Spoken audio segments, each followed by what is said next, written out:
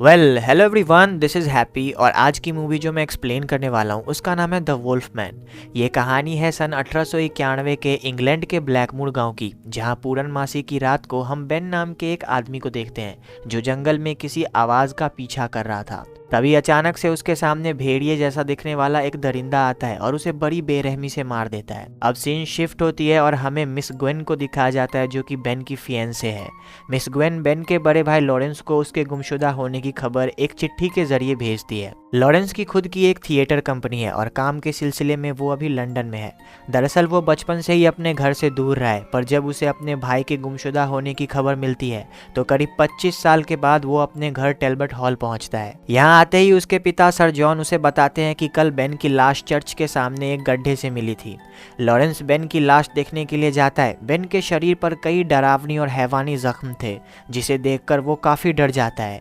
साथ ही यहाँ पर उसे बेन की कुछ चीजें भी दी जाती हैं जो उसके लाश के पास से बरामद की गई थी। अब आज की रात लॉरेंस एक बार में होता है जहाँ इस गांव के कुछ लोकल लोग इन्हीं हत्याओं के बारे में बात कर रहे थे। दरअसल बेन के अलावा 2 और लोगों की हत्या इसी दरिंदगी से हुई है। यहाँ इन लोकल्स का कहना था कि पिछले 2 हफ्तों से बंजारों का एक ग्रुप ब्लैकमूर की जंगल में कैंप बनाकर रह रहा है और उनके आने के बाद से ही ये हत्याएं हो रही हैं। और सुनने में आया है कि उनके पास एक भालू भी है। तभी वहां बैठा एक आदमी कहता है कि ये भालू का काम बिल्कुल भी नहीं है। आज से 25 साल पहले भी ऐसा ही हुआ था। कुछ लोगों को एक वहशी दरिंदे ने इसी बेरहमी से मार दिया था। इंसानी वेश में उसके शरीर पर बाल ही बाल थे और उसके पंजे किसी तेज हथियार से भी ताकतवर थे। वापस टेलबर्ट हॉल पहुंचने के बाद लॉरेंस मिस ग्वेन से मिलता है और उसे बेन की वो चीजें जो उसके लाश के पास से बरामद की गई थी उसे दे देता है। साथ ही वो उससे वादा करता है कि बेन के मौत के पीछे की कहानी वो जान के रहेगा। आगे दिखाया जाता है कि लॉरेंस और जॉन बातें कर रहे थे। लॉरेंस जॉन से बेन के एक लॉकेट के बारे में पूछता है जो उसके चीजों के साथ मिली थी। यहाँ जॉन की बातों से उसे पता चलता है कि ये लॉकेट कहीं न कहीं उन बंजारों से रिलेटेड है जो जंगल में है। साथ ही ये भी पता चलता है कि वो बंजारे शराब और लड़कियों का धंधा करते हैं और इसीलिए बेन की भी उनके साथ जान पहचान थी। लॉरेंस अब सोने के लिए अपने कमरे की तरफ जा रहा था, पर रास्ते में ही उसे एक भ्रम होता है जहाँ वो अपना बचपन देखता है। दरअसल बचपन में लॉरेंस, बेन और उसके माँ बाप बड़ी अच्छी जिंदगी जीते थे, पर एक रात बेन को किसी के चीखने की आवाज आती है और जब लॉरेंस बाहर चेक करने के लिए जाता है तो पाता है कि उसकी माँ ने सुसाइड कर लिया था और उसके पापा वहीं पर बैठकर रो रहे थे। अब अगली सुबह बेन का फ्यूनरल करने के बाद लॉरेंस एक झील के पास जाता है जहाँ वो और बेन बचपन में खेला करते थे। मिस ग्वेन भी यहीं पर थी और यहाँ पर हमें पता चलता है कि लॉरेंस की माँ के मरने के बाद उसके पिता सर जॉन ने उसे 1 साल तक पागल खाने में रखा और फिर उसे अमेरिका उनके रिलेटिव्स के पास भेज दिया। बेन का फ्यूनरल करने के बाद मिस ग्वेन वापस लंदन के लिए रवाना हो जाती हैं। आगे दिखाया जाता है कि आज की पूर्णमासी की रात लॉरेंस उन बंजारों के पास जाकर उनकी लीडर मलेवा से उस लॉकेट और बेन के बारे में पूछता है, पर तभी वो भेड़िए जैसा दिखने वाला हैवान इन सब पर हमला कर देता है और काफी दरिंदगी से कई लोगों को मारकर एक बच्चे के पीछे जंगल की तरफ भागता है। लॉरेंस भी एक बंदूक लेकर उस जानवर के पीछे भागता है और एक जगह पर जब इन दोनों का मुकाबला होता है तो वो जानवर लॉरेंस की गर्दन पर काट लेता है।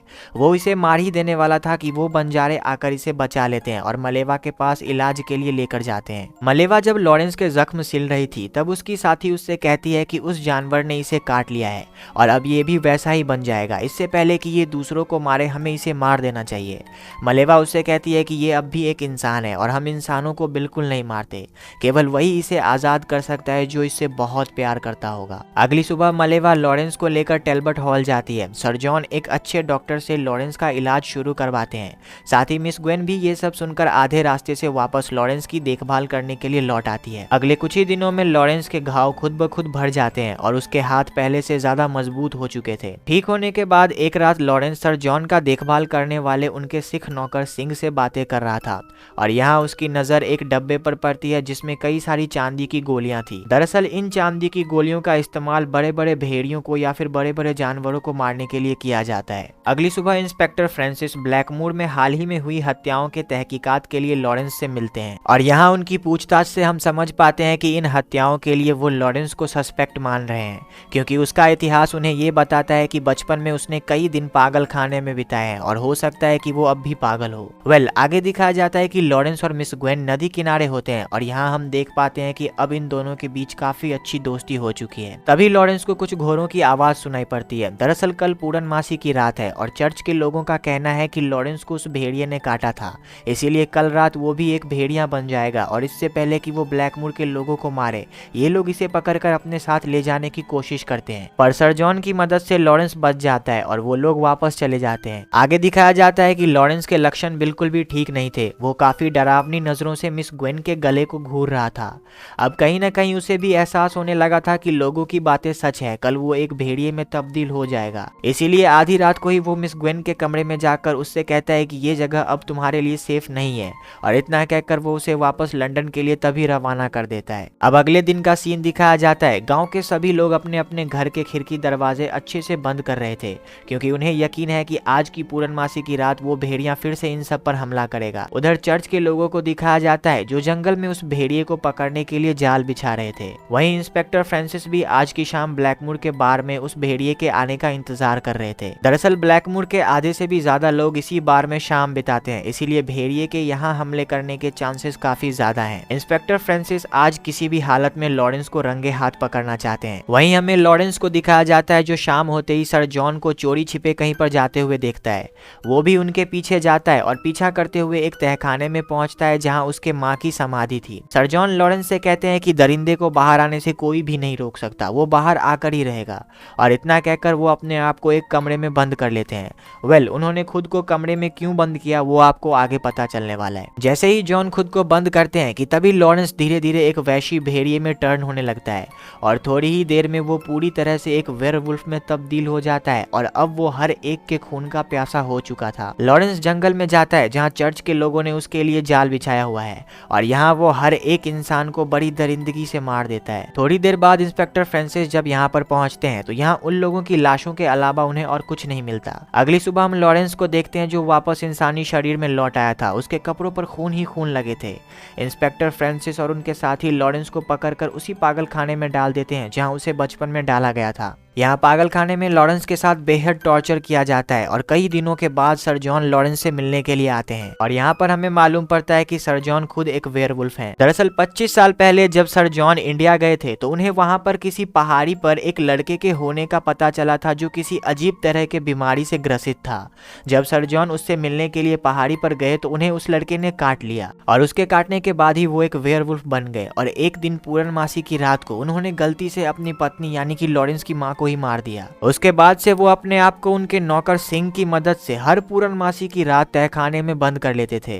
पर एक दिन उन्हें बेन और मिस ग्वेन के रिश्ते के बारे में पता चला। उन्हें लगा कि उनका दूसरा बेटा भी उनसे दूर हो जाएगा, इसीलिए एक पूर्णमासी की रात उन्होंने बहुत शराब पी ली जिस वजह से वो खुद को तहखाने में बंद नहीं कर पाए और उसी रात जब वो वेयरवुल्फ में तब्दील हो गए तो उन्होंने बेन को मार दिया। इसके बाद इन्हें एहसास हुआ कि उनके अंदर के दरिंदे को बंद नहीं करना चाहिए बल्कि उसे खुलेआम छोड़ देना चाहिए। और उस रात जब जंगल में बंजारों के कैंप पर एक भेड़िए ने हमला किया और जिसने लॉरेंस को काट लिया, वो भेड़िया सर जॉन ही थे। जॉन जाते जाते लॉरेंस को एक रेजर देकर जाते हैं और कहते हैं कि अगर तुम्हें ये जिंदगी पसंद नहीं है तो अपनी जान दे दो। आगे दिखाया जाता है कि अगली शाम डॉक्टर होएनेगर लॉरेंस को चर्च के कुछ लोगों के सामने पेश करते हैं। दरअसल आज पूर्णमासी की रात है और वो सबको दिखाना चाहते हैं कि लॉरेंस बिल्कुल ठीक है और उसका वेयरवुल्फ बनना केवल उसका भ्रम है और कुछ भी नहीं। इन्हीं लोगों में इंस्पेक्टर फ्रांसिस भी शामिल थे। अब थोड़ी देर के बाद जब आसमान में पूर्णमासी का चांद निकलता है कि तभी लॉरेंस सबके सामने धीरे धीरे वेयरवुल्फ में चेंज होने लगता है और डॉक्टर के साथ साथ कुछ और लोगों को मारकर वहां से भाग जाता है। इंस्पेक्टर फ्रांसिस उसे पकड़ने की काफी कोशिश करते हैं पर वो इन सबको चकमा देकर भाग जाता है। अगली सुबह दिखाया जाता है कि लॉरेंस लंदन पहुंच चुका होता है और मिस ग्वेन से मिलने के लिए उसके शॉप पर जाता है। यहाँ वो मिस ग्वेन को सर जॉन के बारे में सारी बातें बताता है और कहता है कि मुझे टेलबर्ट हॉल जाकर ये सब खत्म करना ही होगा। मिस ग्वेन उसे समझाती है कि वो उसे ठीक कर देगी, इसका कोई न कोई तो इलाज जरूर होगा। और यहाँ हम देख पाते हैं कि अब मिस ग्वेन और लॉरेंस कहीं न कहीं एक दूसरे से बहुत प्यार करने लगे थे। पर तभी मिस ग्वेन की दुकान के दरवाजे पर इंस्पेक्टर फ्रांसिस दस्तक देते हैं और उससे लॉरेंस के बारे में पूछते हैं। हालांकि मिस ग्वेन उन्हें नहीं बताती कि लॉरेंस यहीं पर है और वो जबरदस्ती अंदर घुसकर लॉरेंस को ढूंढने लगते हैं, पर अब तक लॉरेंस वहां से वापस ब्लैकमूर के लिए निकल चुका था।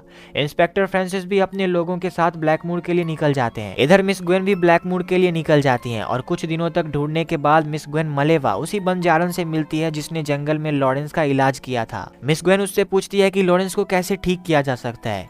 वो बताती है कि इसका कोई इलाज नहीं नहीं, इस चीज से आजाद होने के लिए उसे मरना ही पड़ेगा ताकि ये श्राप और न फैले। वहीं इंस्पेक्टर फ्रांसिस ब्लैकमूर पहुंचकर अपने सभी लोगों को गांव के हर एक कोने में तैनात कर देता है और सबको ऑर्डर देता है कि जहां भी लॉरेंस दिखे उसे गोली मार दो।